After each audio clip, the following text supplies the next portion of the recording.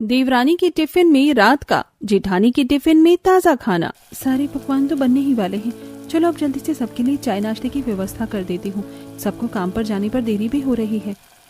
ये है काजल, जो एक नहीं दो नहीं बल्कि एक साथ 4 बर्नर वाले गैस चूल्हे पर 16 किस्म के अलग अलग पकवान एक साथ बना रही थी, जिनमें कड़ी चावल, पुलाव, चिकन करी, पालक पनीर और भी कई तरह के अलग अलग पकवान थे।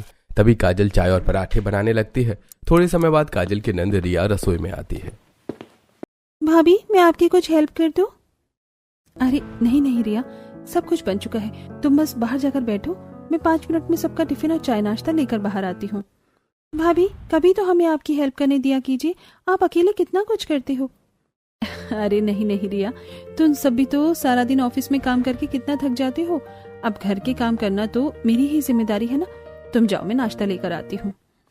रिया बाहर चली जाती है। चलो, सारे पकवान तो बन चुके हैं। अब इन सारी पकवानों को टिफिन में पैक कर देती हूँ। तभी काजल एक नहीं बल्कि पूरे 15 टिफिन निकालती है। हर टिफिन के ऊपर एक सदस्य का नाम लिखा हुआ था। जिस जिसको जो खाना पसंद है उनके टिफिन में वो खाना डाल देती हूँ। तभी काजल सारे टिफिन में अलग अलग पकवान डालती जाती है। थोड़े समय बाद वो कई सारे पराठे और चाय लेकर बाहर आती है। तो बाहर इस बड़े से घर के लिविंग रूम में डाइनिंग टेबल पर काजल के सास ससुर मीनाक्षी, मनदीप, दादी सास कावेरी, काजल की मासी सास और मासी का पति उर्मिला, दीपेश, 7 नंद, दिया, कोमल, पायल, साक्षी, अनुजा, कविता, पति रोहन और 7 देवर रमेश, सुरेश, महेश, अजीत, कुमार, राहुल और दिनेश, ये सब बैठे थे। काजल के ससुराल वाले सभी लोग काफी अमीर और मॉडर्न लोग हैं। तभी काजल इन सभी के लिए चाय और पराठे डाइनिंग टेबल पर लाकर रखती है और सब चाय नाश्ता करने लगते हैं। वैसे मानना पड़ेगा दीदी, आपकी काजल बहू है बड़ी संस्कारी। भाई इतना बड़ा परिवार है और ये अकेली इतने बड़े परिवार के सभी काम कितनी आसानी से कर लेती है। सही कहा तूने उर्मिला, मेरी काजल बहू तो लाखों में एक है। अरे हम तो रोज इसे कहते हैं कि बहू हमें भी घर के काम करने दिया कर, तू अकेली इतना सब करके थक जाती होगी। पर यह है कि हम में से किसी को भी कोई काम नहीं करने देती। भाभी, हम तो सारा दिन ऑफिस में इसी रूम में चेयर पर बैठकर काम करते हैं, फिर भी हमें इतनी थकान हो जाती है। और एक आप हो जो सारा दिन घर में इतनी हार्ड वर्किंग करते हो, इतने लोगों के लिए इतना सारा खाना बनाते हो, फिर भी आपको थकान नहीं लगती? कैसे भाभी? इंसान को कोई भी काम दिल से करना चाहिए, क्योंकि दिल से किए गए कामों में कभी थकान नहीं होती, बल्कि उस काम को करने में और भी मजा आता है। ये होती है असल संस्कारी बहू। सच में हम बड़े भाग्यशाली हैं कि हमें तुम जैसी प्यारी बहू मिली। थोड़े समय बाद सबका चाय नाश्ता हो जाता है। तभी काजल रसोई में आती है और वहां से 2 बड़े थैले भरकर टिफिन लेकर बाहर आती है और जिस जिसका नाम टिफिन पर लिखा था, काजल उन सभी को टिफिन देती जाती है। भाभी, आपके हाथ के बने ताजे और स्वादिष्ट खाने को खाकर तो हमारी सारी थकान दूर हो जाती है। हम सबका इतना ख्याल रखने के लिए आपका बहुत बहुत धन्यवाद भाभी। तभी काजल का पति और सारे देवर अपने काम पर चले जाते हैं। रोहन, रमेश, सुरेश, महेश, ये चारों भाई एक कंपनी में नौकरी करते हैं और अजीत, कुमार, राहुल, दिनेश, ये सारे भाई अलग अलग दूसरी कंपनियों में नौकरी करते हैं। और 2 नंद, वो भी अलग अलग कंपनियों में नौकरी करती हैं और बाकी नंद कॉलेज में पढ़ाई करती हैं। काजल सबको रोज टिफिन में ताजा और स्वादिष्ट खाना देती है। तभी सब टिफिन लेकर वहां से चले जाते हैं। थोड़े समय बाद मीनाक्षी और सब घर में सोफे पर बैठे थे और काजल घर की सफाई कर रही थी। काजल बहू, मैं सफाई कर देती हूँ, तू बाकी दूसरे काम कर ले। तू अकेली कितना कुछ करेगी। नहीं माँ जी, मैं कर लूंगी, आप आराम कीजिए। उर्मिला, हम अपने बेटे के लिए भी काजल बहू जैसी ही लड़की ढूंढेंगे, जिसमें काजल बहू की तरह ही अच्छे संस्कार हों, जो परिवार को लेकर चल सके, सबका अच्छे से ध्यान रखे। दीपेश बेटा, काजल बहू जैसी लड़की इस संसार में और कोई नहीं होगी। जरूर हमने पिछले जन्म में कोई अच्छे कर्म किए होंगे, जो इस जन्म में हमें काजल बहू जैसी प्यारी बहू मिली है। दीदी, मुझे लगता है अब आपको रमेश की भी शादी करवा देनी चाहिए। अगर इस घर में दूसरी बहू आ जाएगी तो काजल बहू को भी थोड़ा सहारा मिल जाएगा। हाँ, मेरे मन में भी कब से यही विचार है कि अब समय आ चुका है बाकी बच्चों की शादियां करवाने का। ठीक है, हम रमेश के लिए कोई अच्छी सी लड़की देखते हैं। सब आपस में बातें कर रहे थे और इधर काजल सफाई करने के बाद सबके गंदे कपड़े धोने लगती है। दोपहर का समय काजल रसोई में कद्दू की सब्जी, आलू पालक और भिंडी की सब्जी, पुलाव और भी कई सारे पकवान बना रही थी। दोपहर का खाना तो कम ही बनाना रहता है क्योंकि बाकी सब तो अपने काम पर रहते हैं। थोड़े समय बाद खाना बनकर तैयार हो जाता है और सब मजे से खाना खाने लगते हैं। काजल बहुत ही स्वादिष्ट खाना बनाती थी और एक समय में एक नहीं बल्कि कई सारे पकवान बनाती थी। रात का समय सबके घर आने के बाद काजल 10 किस्म के अलग अलग पकवान बनाती है और सब साथ बैठकर काजल के बनाई खाने को खाने लगते हैं। अगले दिन सवेरे काजल सवेरे जल्दी उठकर फिर सबके लिए टिफिन बनाती है। अब इसी तरह दिन प्रतिदिन बीतने लगे। एक दिन मीनाक्षी और सब रमेश की शादी एक सुंदर गोरी लड़की निशा के साथ करवा देते हैं। रात का समय।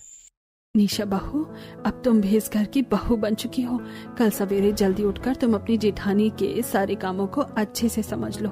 उसके बाद दूसरे दिन से तुम्हें भी अपनी जेठानी की तरह घर के सारे काम करने होंगे। जी माँ जी।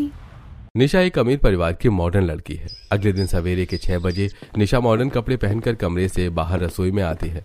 वहां काजल रसोई में खाने की व्यवस्था कर रही थी। अब एक साथ इतने सारे पकवान बनते देखकर निशा के होश उड़ जाते हैं। जेठानी जी, इतने सारे पकवान, वो भी एक साथ? क्या घर में कोई मेहमान आ रहे हैं क्या? अरे नहीं नहीं निशा, इतना खाना तो मैं रोज सवेरे बनाती हूँ, सबको टिफिन देना होता है ना। क्या इतना सारा? अरे बाप रे, तुम भी सबके टिफिन के लिए इतना ही खाना बनाना होगा। अरे बाप रे, इतनी सवेरे उठकर इतना सारा खाना बनाना होगा मुझे? नहीं बाबा नहीं, मुझसे इतना हार्ड काम नहीं हो पाएगा। तभी काजल सबके लिए चाय पराठे बनाने लगती है। अब निशा काजल को ये सब करते हुए देखने लगती है। जेठानी जी, आप क्या मशीन हो क्या यार? कितनी स्पीडली काम कर रहे हो आप। इतने महीनों से करती आ रही हो ना, तो आदत हो चुकी है। तुम भी करने लगोगी तो तुम्हें भी आदत हो जाएगी। अरे क्या आदत हो जाएगी, मेरी तो हालत ही खराब हो जाएगी इतना खाना बना बना कर। आपकी जानकारी के लिए बता दें कि निशा एक आलसी किस्म की लड़की है जिसे काम करना तो बिल्कुल भी पसंद नहीं है। थोड़े समय बाद दोनों चाय नाश्ता लेकर बाहर आते हैं और फिर काजल सबको टिफिन देती है। उसके बाद काजल घर की सफाई और बाकी काम ये सब करती है और निशा उसके सारे कामों को देखती जाती है। दोपहर का समय दोनों रसोई में थे और काजल अलग अलग किस्म के पकवान बनाती है। बाप रे, इस घर में तो कितने सारे काम रहते हैं यार। जेठानी जी को तो 1 मिनट की भी फुर्सत नहीं है। अगर मैं इतने काम करने लगूंगी तो मेरी तो जान ही निकल जाएगी। जेठानी जी, एक बात बताइए, ये मासी सास और उनके पति यहाँ क्यों रहते हैं? क्या उनके कोई बच्चे नहीं हैं क्या? हाँ, उनके 2 बेटे और 2 बहुएं हैं, पर वो विदेश में रहते हैं। वहाँ वो नौकरी करते हैं ना। अब मासी सास तो विदेश जाना पसंद नहीं करती, इसीलिए माँ जी ने उन दोनों को यहाँ रहने के लिए बुला लिया है। अब इसी तरह रात हो जाती है। सब खाना खाने के बाद घर के लिविंग रूम में बैठे थे। मैंने तो कोई काम भी नहीं किया, बस काम होती देखा है, फिर भी मुझे इतनी थकान लग रही है। यार, ये जेठानी जी किस मिट्टी की बनी हुई है? इतने काम करने के बाद भी इनके चेहरे पर जरा भी थकान महसूस नहीं हो रही। निशा बहू, तुमने सारे काम अच्छे से देख लिए ना। अब मैं तुम दोनों बहुओं को काम बांट देती हूँ। काजल बहू, निशा बहू, एक दिन सवेरे का नाश्ता और टिफिन काजल बहू बनाएगी और एक दिन निशा बहू, और रोज दोपहर के खाने की व्यवस्था काजल बहू करेगी और रोज रात के खाने की व्यवस्था निशा बहू करेगी। ठीक है माँ जी। अरे बाप रे, सबसे हार्ड काम तो मुझे ही मिल गए। रात में भी ज्यादा खाना बनता है और सवेरे में टिफिन के लिए भी। अगले दिन सवेरे काजल रसोई में आकर रोज की तरह सबके लिए टिफिन बनाने लगती है। थोड़े समय बाद काजल और निशा दोनों घर की सफाई और बाकी काम करने लगते हैं। दोपहर का समय काजल सबके लिए खाना बनाती है। रात का समय निशा पहली बार अकेली रसोई में खाने की व्यवस्था करने के लिए जाती है। अरे बाप रे, माँ जी ने तो मुझे 36 किस्म के पकवान बनाने के लिए कह दिए हैं। ये घर है या जेल खाना यार? क्या देख रहे हो आप सब? मजा आ रहा है क्या आपको? यहाँ काम के बारे में सोच सोच कर मेरी हालत खराब हो रही है और आपको बस ये देखना है कि सब कौन सी सीन पर आपको हंसी है। मेरी जगह कभी इस सिचुएशन में फंस कर देखिए आप लोग, तब पता चलेगा आपको। निशा को भी खाना बनाना आता था, पर वो काम में आलसी थी। अब वो कई सारे पकवान बनाने लगती है, जैसे सब्जी, चावल, बिरयानी, रोटी, पराठे, ये सब। कल सवेरे टिफिन बनाने की जिम्मेदारी तो मुझ पर है और इतनी सवेरे उठकर तो मुझसे इतने सारे पकवान नहीं बन पाएंगे। एक काम करती हूँ, सबके टिफिन का खाना अभी से बनाकर रख देती हूँ और कल सवेरे उसी खाने को गर्म करके सबको टिफिन में पैक करके दे दूंगी। हाँ, ये सही रहेगा। सवेरे मुझे खाना बनाने की मेहनत ही नहीं करनी पड़ेगी। तभी निशा कल के लिए सबके टिफिन का खाना भी एक साथ अभी ही बना लेती है और करीब 2 घंटे बाद सारा खाना बनकर तैयार हो जाता है। अरे बाप रे, इतना सारा खाना बना बना कर तो हालत खराब हो गई मेरी। चलो अब इस बाकी के खाने को किसी बड़े बर्तन में स्टोर करके रख देती हूँ। इस खाने पर किसी की नजर नहीं पड़नी चाहिए, वरना सब कहेंगे कि मैंने सबको टिफिन में रात का बना बासी खाना दे दिया था। तभी निशा कई सारा खाना 3 बर्तनों में स्टोर करके फ्रिज में रख देती है। कल सवेरे तक की ही तो बात है, रात में कौन आएगा रसोई में। कल सवेरे जल्दी आकर इस खाने को गर्म कर दूंगी। थोड़े समय बाद सब डाइनिंग टेबल पर बैठकर खाना खा रहे थे। निशा भाभी, आप भी कितनी बढ़िया स्वादिष्ट खाना बनाती हो। आप तो बिल्कुल काजल भाभी की बहन निकली। हाँ, काजल बहू भी ऐसा ही स्वादिष्ट खाना बनाती है। सब निशा के खाने की बड़ी तारीफ करते हैं। अगले दिन सवेरे के 6 बजे आज नाश्ता और टिफिन बनाने की जिम्मेदारी निशा की थी। तभी वो दौड़ते हुए रसोई में आती है। जल्दी खाना निकालकर उसे गर्म करना शुरू कर दे निशा, अगर किसी ने देख लिया ना तो सब गड़बड़ हो जाएगी। तभी निशा फ्रिज से सारा खाना निकालकर उसे गर्म करती है। एक काम करती हूँ, इसमें थोड़ा नमक मिर्च मसाला और ऐड कर देती हूँ ताकि किसी को पता ना चले कि ये कल रात का बासी खाना है। निशा उस खाने में थोड़ा और मिर्च मसाला ऐड कर देती है। थोड़े समय बाद वो सारे टिफिन में सारे पकवान डाल देती है। अरे वाह निशा, तू तो बड़ी इंटेलिजेंट निकली। तूने तो घंटों का काम मिनटों में ही कर दिया। आप लोग क्या देख रहे हो? मेरे इस सीक्रेट के बारे में किसी को बताना मत, वरना मुझसे बुरा कोई नहीं होगा। तभी निशा सारे टिफिन और चाय नाश्ता लेकर बाहर आती है। ओहो, क्या बात है निशा, तुम तो काजल भाभी से भी ज्यादा फास्ट निकली। इतनी जल्दी तुमने हम सबके लिए टिफिन बना दिया। मुझे हर काम स्पीडली करने की आदत है। ये तो बड़ी अच्छी बात है निशा, तुम तो काम में सच में काफी तेज हो। तभी निशा एक एक करके सबको टिफिन देती जाती है। अब टिफिन में खाना गर्म था। खाना तो काफी गर्म है, लगता है बहुत ही स्वादिष्ट खाना बनाया है निशा भाभी ने। चलो अच्छा है, अब हर दिन हमें 4 हाथों के बने अलग अलग स्वादिष्ट पकवान खाने को मिलेंगे। थोड़े समय बाद सब टिफिन लेकर वहां से चले जाते हैं। बस खाना दोपहर तक ठंडा नहीं होना चाहिए, वरना सबके सामने मेरी पोल खुल जाएगी। दोपहर का समय रोहन, रमेश, सुरेश, महेश ये चारों भाई अपनी कंपनी में अपने स्टाफ के कुछ लोगों के साथ रोज की तरह एक रूम में अपना टिफिन खाने आते हैं। रोहन, आज क्या दिया है तुम्हारी पत्नी ने टिफिन में? भाई आज भी हम सब तुम चारों के ही टिफिन से खाना खाएंगे। यार काजल भाभी क्या स्वादिष्ट खाना बनाती हैं।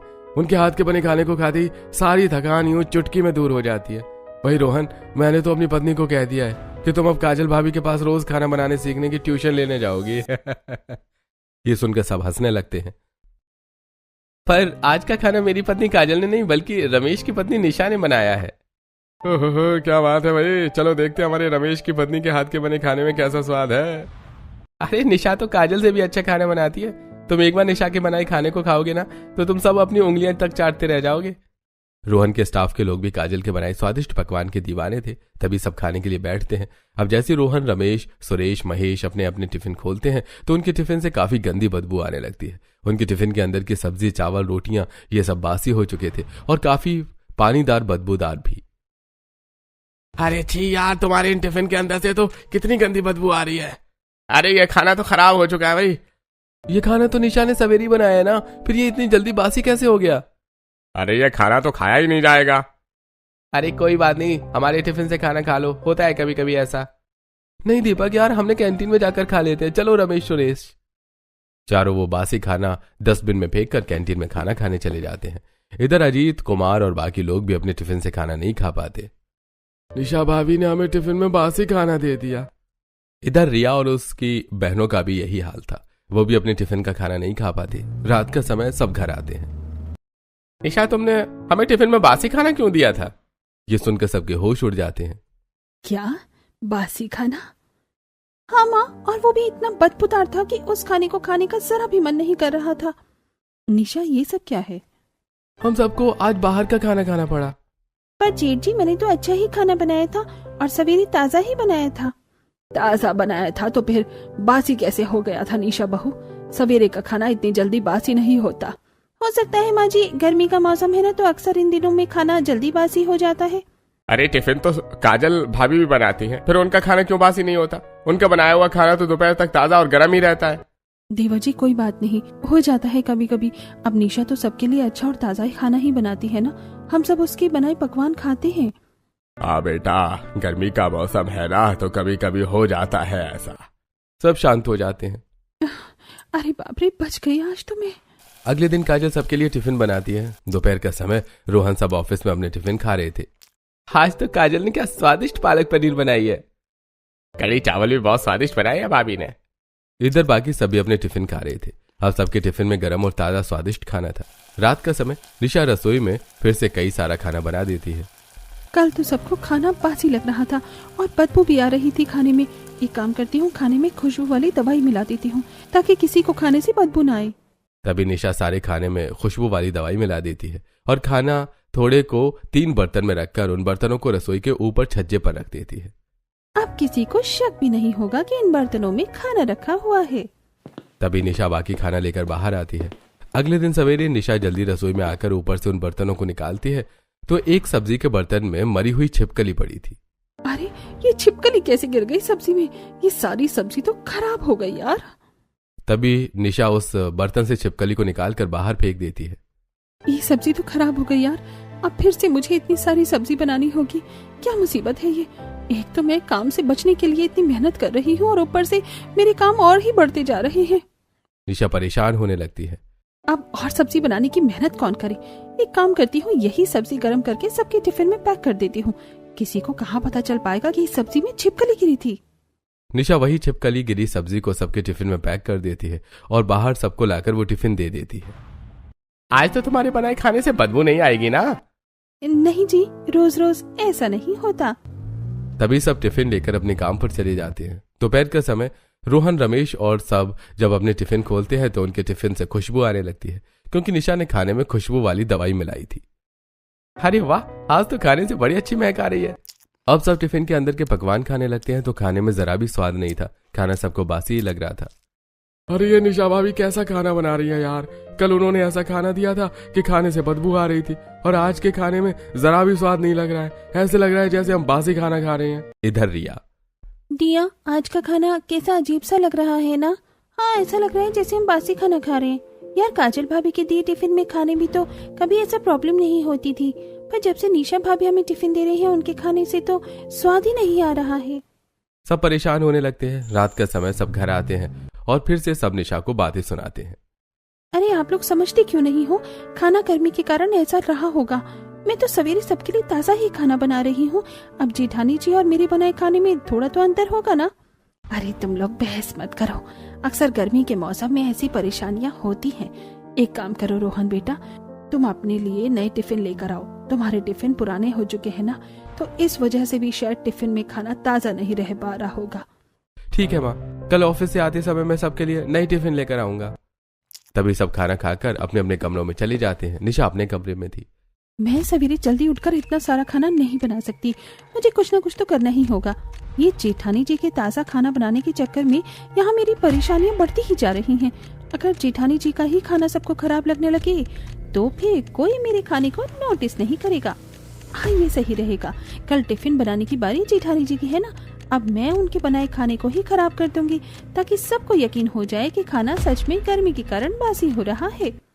अगले दिन सवेरे काजल रसोई में सबके लिए टिफिन बना रही थी। थोड़े समय बाद सारा खाना बनकर तैयार हो जाता है। टिफिन भी रेडी हो गई और चाय नाश्ते की व्यवस्था भी हो गई है। अब जाकर इनकी शर्ट निकाल देती हूँ। काजल रसोई से निकलकर अपने कमरे में चली जाती है। तभी निशा चुपके से रसोई में आती है और काजल के बनाए पकवान में एक केमिकल मिला देती है। अब इस केमिकल की वजह से जेठानी जी का बनाया हुआ ये सारा खाना दोपहर तक बासी और बदबूदार हो जाएगा। तभी निशा बाहर चली जाती है और थोड़े समय बाद काजल रसोई में आती है। बाहर सब चाय नाश्ते की राह देख रहे हैं। चलो जल्दी से सबके टिफिन पैक कर देती हूँ। काजल सबके टिफिन पैक करके बाहर ले आती है और सब चाय नाश्ता करने के बाद अपने अपने टिफिन लेकर अपने काम पर चले जाते हैं। अब आएगा मजा जब सब खाएंगे जेठानी जी के हाथ के बने बासी पकवान। दोपहर का समय, रोहन और सब जब अपने टिफिन खोलकर देखते हैं तो उनके टिफिन के अंदर से गंदी बदबू आ रही थी। ये क्या, आज भी खाने में गंदी बदबू आ रही है? अरे आज का टिफिन तो काजल भाभी ने बनाया है ना, फिर आज के खाने से बदबू कैसे आ रही है? तभी सब खाना खाने लगते हैं तो खाना उस केमिकल की वजह से काफी बासी हो चुका था। यह खाना तो बासी हो चुका है, यह तो खाया भी नहीं जा रहा। इधर रिया और बाकी सबके टिफिन का खाना भी उस केमिकल के कारण खराब हो चुका था। रात का समय सब घर आते हैं और काजल और सबको सारी बात बताते हैं। ये कैसे हो सकता है? मेरा बनाया खाना तो ताजा था, वो कैसे बासी हो गया? हम भी वही सोच रहे हैं भाभी कि आपके बनाए पकवान तो हमेशा गर्मा गर्म ताजे रहते हैं, फिर आज अचानक आपके बनाए पकवान बासी कैसे हो गए? देखा आप सबने, आप सब तो मुझे ही बुरा भला कह रहे थे।